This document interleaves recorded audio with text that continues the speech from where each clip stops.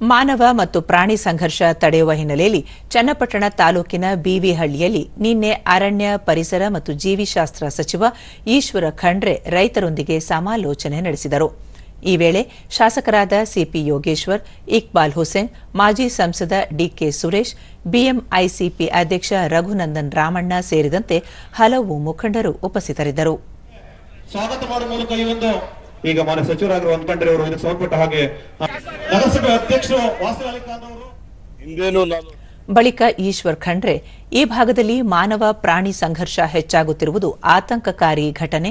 ರಾಜ್ಯ ಸರ್ಕಾರ ಪ್ರಕರಣವನ್ನು ಗಂಭೀರವಾಗಿ ಪರಿಗಣಿಸಿದ್ದು ಶಾಶ್ವತ ಪರಿಹಾರ ಕಂಡುಕೊಳ್ಳುವಲ್ಲಿ ಕಾರ್ಯಯೋಜನೆ ರೂಪಿಸಲಾಗುತ್ತಿದೆ.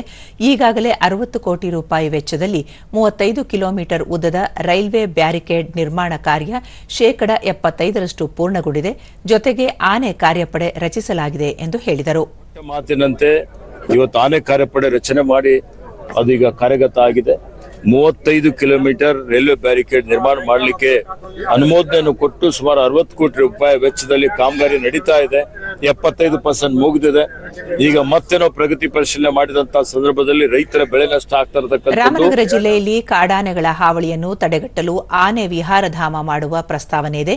ಇದಕ್ಕಾಗಿ 300 ಕೋಟಿ ರೂಪಾಯಿ ವೆಚ್ಚದ ಯೋಜನಾ ವರದಿ ಸಿದ್ಧಪಡಿಸಿದ್ದು ಈ ಬಾರಿಯ ಮುಂಗಡ ಪತ್ರದಲ್ಲೇ ಅನುಮತಿ ನೀಡುವಂತೆ ಮುಖ್ಯಮಂತ್ರಿ ಸಿದ್ದರಾಮಯ್ಯ ಅವರಿಗೆ ಜಿಲ್ಲೆಯ ನಿಯೋಗ ಮನವಿ ಮಾಡಲು ನಿರ್ಧರಿಸಿದೆ ಎಂದು ಹೇಳಿದರು.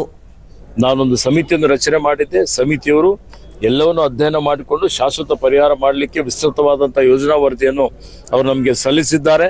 ಅದರ ಪ್ರಕಾರ ಸುಮಾರು 300 ಕೋಟಿ ರೂಪಾಯಿ ಅಂದಾಜು ಪಟ್ಟಿ ತಯಾರು ಮಾಡಿದ್ದಾರೆ. ಎಲ್ಲಾ ರೀತಿಯ ಕ್ರಮಗಳು ಸರ್ಕಾರ ತೆಗೆದುಕೊಳ್ಳುತ್ತದೆ. ರೈತರ ಜೊತೆಯಲ್ಲಿ ಇವತ್ತು ಯಾರು ಸಂಕಷ್ಟದಲ್ಲಿದ್ದಾರೆ ಅವ್ರ ಜೊತೆಯಲ್ಲಿ ಸರ್ಕಾರ ಇದೆ, ನಾವೆಲ್ಲ ಇದ್ದೀವಿ ಒಪ್ಕೊಂಡಿದ್ದಾರೆ. ಡಿಕೆ ಸುರೇಶ್ ಆನೆ ಮಾನವ ಸಂಘರ್ಷ ತಡೆಯುವ ನಿಟ್ಟಿನಲ್ಲಿ ರೈಲ್ವೆ ಬ್ಯಾರಿಕೇಡ್ ನಿರ್ಮಾಣ ಹಂತದಲ್ಲಿದೆ. ಆನೆ ವಿಹಾರಧಾಮಕ್ಕಾಗಿ ಸೂಕ್ತ ಸ್ಥಳದ ಹುಡುಕಾಟದಲ್ಲಿದ್ದು ಸರಿಸುಮಾರು 2,000 ಹೆಕ್ಟೇರ್ ಪ್ರದೇಶದಲ್ಲಿ ನಿರ್ಮಾಣವಾಗಲಿದೆ ಎಂದು ಹೇಳಿದರು. ಮೂರು ಸೇರಿ ಒಟ್ಟು 300 ಕೋಟಿ ರೂಪಾಯಿ ಬೇಕು ಅಂತ ಹೇಳಿ ಅಂದಾಜು ವೆಚ್ಚವನ್ನ ಸಲ್ಲಿಕೆ ಮಾಡಿದ್ದಾರೆ.